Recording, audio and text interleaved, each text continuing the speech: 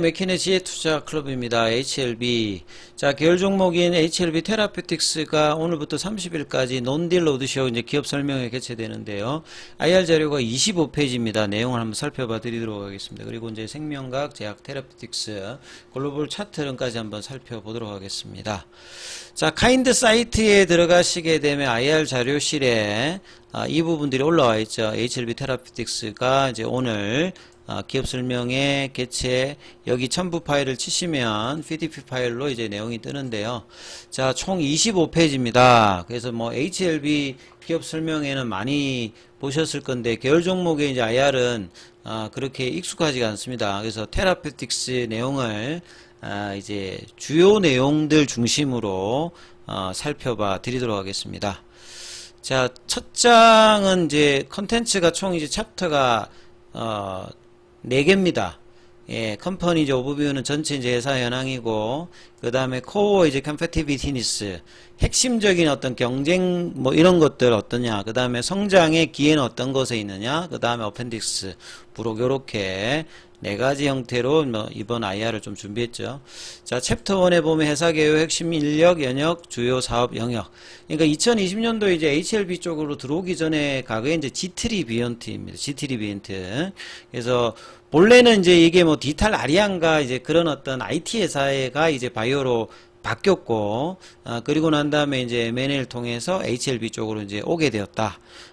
그래서 이제 본래 틈새 시장을 노리면서 안정성을 기하기 위해서 한 파이프 라인당 하나씩 이제 합작사를 설립해서 이제 파이프라인을 개발하는 좀 독특한, 그리고 NRDO 모델을 구사했던 게 이제 HLB 테라피틱스의 사업 모델입니다. 그러니까 자체적으로 연구 개발이 아니고요. 그러니까 연구라고 하는 말은 이제 그 후보 물질을 발견하는데 이제 시간과 이제 비용을 들이는 거고, 이런 어떤 연구를 해가지고 이제 후보 물질을 개발하고 난 다음에 임상을 통해서 상업화 과정하는 걸 개발이라고 합니다. 그러니까 NRDO는 뭐냐면 리서치, 그러니까 연구를 하지 않고, 연구는 그러니까 후보 물질을 찾는 건 하지 않고 오직 온리 개발만 한다는 거죠. 그래서 전임상 단계에서 임상 요런 걸 이제 개발 과정을 해서 이제 상용화, 아니면 이제 중간에 뭐 돈이 많이 드는 글로벌 3상 같은 경우에는 하기 전에 라이센스 아웃을 하는 요런 어떤 모델이 이제 NRDO 모델인데, 본래 이제 그런 사업 구조를 가지고 있었고요. 그래서 그런데 이제 G3 BNT일 때는 3상까지 가서 이제 자체적으로 승인까지 가려고 하는 시도를 했던 게 이제 안구건조증입니다. 이제 티로신 베타 4를 가지고 이제 진행하는데, 거기에 이제 대표적으로 한 게 리젠트리죠. 여기는 이제 NK라든지 안구구조증을 하는 데고, 그 다음에 이제 뭐 이 오블라토 같은 경우에는 이제 교모세포종 관련되는 부분, 요렇게 보시면 되겠죠. 그리고 이제 지배 구조를 보시게 되면 이제 HLB 쪽으로 오면서 HLB 계열 종목들이 이제 지분을 일정 부분 가지는 형태고, 최근에 이제 바이오 사업부 아닌 쪽에 이제 콜드체인 관련되는 부분이 있기 때문에 백신 유통 관련되는 부분에도 있는데, 그래서 감염병 관련되는 부분이 있으면 여기도 이제 수혜가 될 수 있는데 크게 막 움직이지는 않습니다. 그리고 이제 핵심 인력 보시게 되면 이분이 이제 과거에 이제 G3 BNT 있을 때, 그러니까 합병되기 전에, 지금은 이제 CTO로 있고요. 그 다음에 이제 뭐 지금 이제 HLB 쪽으로 오면서 이제 안기용 대표이사가 과거에 이제 HLB 부사장이었던, 뭐 이분도 이제 외부에서 왔습니다. 뭐 이랜드 쪽에 있다가 이제 재무통으로 이제 들어와 있는 부분이다. 이렇게 이해를 하시면 될 것 같고요. 그래서 이제 2000년도부터 2024년까지 그간의 어떤 내역들을 보시게 되면 요렇게 이제 보시면 될 것 같고요. 그 다음에 주요 사업 영역이 크게 보면 이제 안가질환, 교모세포종이나 내조영양 관련되는 부분, 콜드체인, 뭐 이건 앞서 말씀드렸던 내용하고 크게 차이가 나지 않고요. 그 다음 두 번째 이제 코어 컴페티티브니스, 핵심이 이제 경쟁력은 신약 개발 회사들은 결국 파이프라인입니다. 그러니까 R&D 가치가 이 파이프라인에 녹여져 있기 때문에, 보통 빅파마 같은 경우에는 파이프라인이 보통 100개 이상이 된다고 보시면 됩니다. 100개 이상이 되고 허가받은 게 보통 한 10개 안쪽이다. FDA 기준으로 보면. 그러니까 요게 빅파마 수준이고요. 그래서 이 신약 개발을 중심으로 한 바이오텍 같은 경우에는 이렇게 수십 개 나가는 게 아니라 수개 정도가 되죠. 근데 이제 하나만 가지고 있으면 이게 안 되면 문제가 됐으니까 파이프라인 확장을 어느 정도 하느냐. 근데 너무 많이 하면 또 이제 비용이 많이 드니까 전략적인 어떤 선택을 하고 개발만 하면 상업화에 시간이 많이 걸리니까 중간중간에 이제 라이센스 아웃이라든지 이런 거 이제 적절히 썩느냐. 이런 것들이 이제 경쟁력에서 상당히 중요합니다. 그리고 이 약물들이 그 시장하는 타켓하는 시장도 그렇습니다만 빅파마가 굉장히 좋아할 만한 시장에서 굉장히 관심이 있을 만한 그런 어떤 약물이어야 기업 가치가 올라가겠죠. 자, 안구건조증 관련되는 부분은 이제 삼상, 그 다음에 이제 그 NK 신경외선 각막염 관련되는 부분들도 이제 삼상. 그래서 안구건조증도 이제 올해 이제 연말 이내에 임상 결과가 나오고요. 그 다음에 이제 NK 같은 경우에는 신경외선 각막염 같은 경우에는 11월 정도에 이제 그 결과가 이제 임상 결과 데이터들이 이제 알 수 있는 그런 지점이 있고, 이제 교모세포종 관련되는 부분들은 임상 이제 1, 2단계에 있는 부분들. 이 파이프라인은 지금 현재로 보면 상당히 어떤 것이든지 상당히 경쟁력을 갖추고 있다. 그리고 이제 아까 제가 말씀드렸듯이 각각의 이제 회사들의 어떤 소재가 다르다. 이 안구건조증 관련되는 부분은 그러니까 눈지라는 이제 리젠트리에서 하고 있고, 교모세포종 같은 오블라토에서 이제 합작사를 만들어서 별개의 것들로 이제 지금 진행을 하고 있다, 이렇게 보시면 되겠습니다. 그래서 신경외선 각막염 관련되는 부분에서 CO2와 CO3 관련되는 부분인데, 자, 요거 이제 CO2 관련되는 부분들 같은 경우가 이제 이번에 이제 7월 달에 이제 그 프라이머리 이제 컴플리션 데이터를 해서 최초 자료 수집은 종결이 되었습니다. 그러니까 11월 달에 이제 결과가 나오기 때문에 여기도 이제 고가 의약품입니다. 신경성 각막염 관련되는 부분에 이제 경쟁 약물이 이탈리아 이제 돈페사의 옥사베이터 같은데 여기는 굉장히 고가입니다. 그리고 이제 눈에다가 실제로 이제 주사를 하는 거기 때문에 편의도 많이 떨어지죠. 그래서 이런 부분들을 저만저 형태로 바꾼 약물에 대한 어떤 기대감은 상당히 뛰어나다. 비용적인 부분들도 차이가 많이 나기 때문에요. 그래서 허가가 되면 상당히 기대가 될 수 있는 부분이죠. 신경영양성 각막염 내용이 좀 뭐 어렵습니다만 대표적으로 이제 이 노령화가 되면 생기는, 그러니까 이제 각막 관련되는 부분의 어떤 감각에 손실이 와서 나중에는 이제 실명까지 가는, 천공까지 가서 이제 구멍이 이제 뚫리는 형태니까요.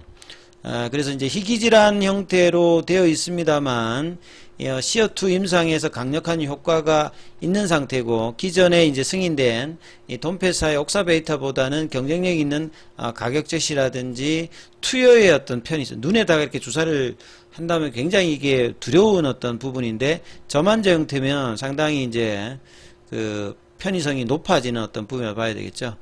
보시면 이제 RGN 259 같은 경우는 이렇게 저만제 형태로 되어 있습니다. 여러분들이 뭐 안구건조증 할 때 그 눈에다가 넣는 뭐 요런 형태입니다만, 여기는 옥사베이터는 좀 다른 형태로 되어 있죠. 그렇기 때문에 자, 이런 부분들이 상당히 다르다, 이렇게 보실 수가 있고요.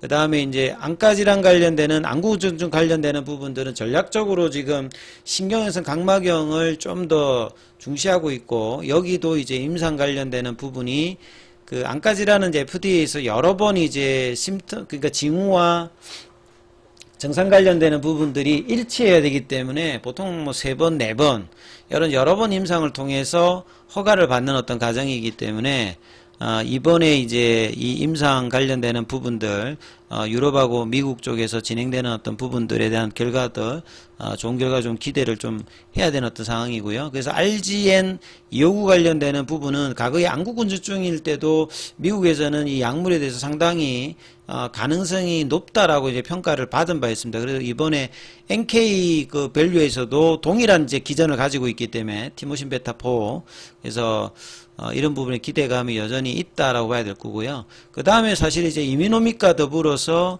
이 교모세포종 관련되는 부분은 데이터만 잘 나오면 모든 매체가 관심을 높이는 게 이제 교모세포종이죠. 그만큼 이제 예후가 안 좋고 치료제가 테모졸마이드 이거 말고는 특별하게 지금 약이 없죠. 뭐 아바스틴 뭐 이런 거 하고 그렇기 때문에 이제 결과만 좀 좋다라고 하면 여기서도 상당히 이제 가능성이 좀 높은 그런 어떤 부분이죠. 근데 콜드체인 같은 경우에는 이제 백신 유통 관련되는 부분의 뭐 이야기다.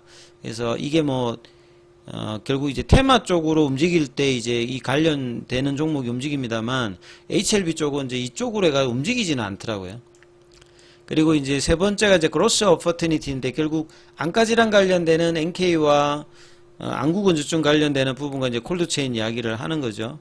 그래서 NK 시장 규모 관련되는 부분들이 이 돈페사에 지금 이제 돈페사가 이제 있는데 2026년 여기 표에는 이렇게 돼 있죠. 향후에는 이제 이 부분들에 대해서 승인 이후에 이 돈페사의 이 부분들을 압도할 것이다. 신경외선 각막염 유병률이 2019년도 6만여 건이었는데 이게 이제 2032년도에는 늘어난다. 이건 이제 고령화가 되게 되면 자연히 이 질환이 올라간다라고 말씀을 좀 드렸죠. 안구건조증과 마찬가지로 요 신경외선 각막염도 고령화 원인이 되는 어떤 부분이고 최대한 이제 밸류에이션은 1조에서 최소 3조 쪽으로 보니까요. 이게 블록버스트에 준하는 매출액이 가능한 겁니다. 희귀질환이기도 하고 희귀질환일 때는 약가가 높게 평가를 받기 때문에 그래요. 그 다음에 콜드체인 관련되는 부분들은 이게 이제 상업성이 그렇게 막 뛰어난 편이 아니기 때문에 지금 이제 기존의 어떤 이제 경쟁 강도에서 뭐 입찰 같은데 포기라는 경우가 많이 나와서 지금 이제 백신 유통 단독 사업자 형태로 승인을 받았는데 이거 실적단에 그렇게 크게 영향을 주는 부분 아닌데 이 부분도 이제 장기적으로는 성장 관련되는 부분 이야기를 또 하고 있다. 그 다음에 이제 뭐 네 번째가 이제 어펜디스로 재무제표 연결 별도 뭐 이야기를 하는데 연결은 이제 자회사가 종속회사나 이런 게 있을 때고 별도는 이제 자기만 떼어서 이제 하는 거죠. 그래서 뭐 별도랑 개별이랑 요런 개념이다. 그래서 이제 차트 흐름을 잠깐 한번 살펴봐 드리면 이런 부분에서 이제 보시게 되면 HLB는 지금 이제 종가상으로 이제 일단 82,000원은 일단은 이제 지켰네요. 그 다음에 이제 생명과학 같은 경우에도 보시게 되면 지금 볼린저 밴드 하단에 이제 어제 21일평을 깨고 내려와서 이제 다시 이제 볼린저 밴드 하단 지지를 확인해야 되는 구간까지 다시 또 내려갔고요.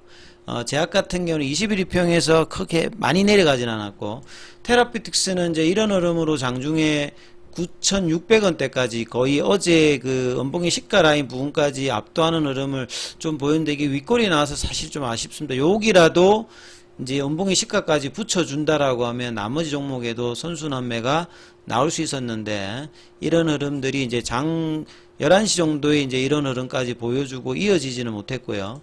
자, 글로벌 같은 경우에도 21일평에 아침에 개법을 시켰다가 다시 또 내려온 상황이고 이노베이션 같은 경우에도 21일평선 다시 회복하는 시도를 장중 보였다가 일단은 소폭 어제 종가 부근에 이제 있는 상황이고요. 그 다음에 이제 뭐 바이오스텍 같은 경우에도 21일평 아래에서 지금 저항을 받고 있는 모습. 파나진도 마찬가지입니다. 근데 어제보다는 강한 이제 뭐 하락은 나오지 않았습니다만 회복은 일단 당장 못하면서 거래를 줄였기 때문에 이 다음 주 수요일까지 이제 플랫형이냐 반등이냐 요 구간대에서 이제 어떻게 움직임이 나타나는지를 좀 확인하시면서 흐름을 보셔야 되겠습니다.